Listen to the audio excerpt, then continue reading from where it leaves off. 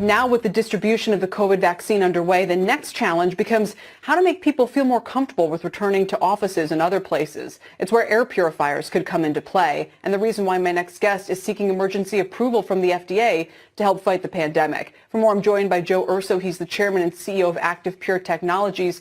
Joe, welcome. And what do you need FDA approval for specifically? Thanks, Kelly. Well, FDA approval is very important because that clearance gives the assurances to people that you're bringing medical-grade protection to everyday places like businesses and schools and homes.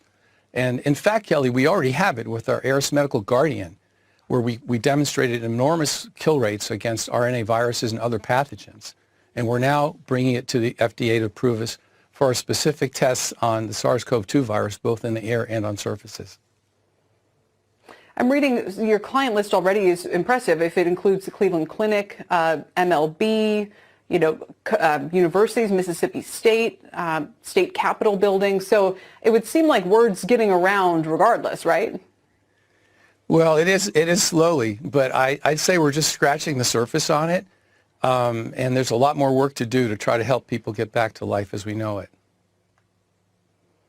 What specifically does your air filter do? So for those of us who are concerned about going back into a restaurant, is it the kind of peace of mind where I say, okay, well, I'm okay going into a restaurant that has an air purifier in it, but I'm not with one that doesn't, for example. Is it that kind of get out of jail free card, or does it not quite, make things perfectly safe? I'm sure nothing can.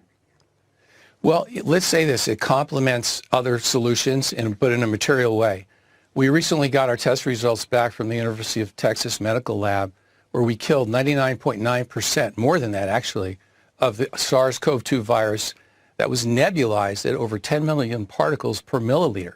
We killed them in just 3 minutes. And that kind of protection, that kind of real-time protection that basically attacks the virus at its source, literally as it's coming out of your mouth, creates an enormous safety net. And while nothing's perfect, God help you if someone should cough in your face or something like that, It could be problematic, but it would make a material difference in giving peace of mind to help businesses reopen. But do you think if this were widely deployed, that would actually go a long way towards getting us back to normal, no matter what's happening with vaccines and so forth? Well, I do. I really do. And I think what we're seeing, Kelly, right now, and working with government agencies and other major businesses, is that this type of solution has become almost an expected level of protection for patrons and their employees.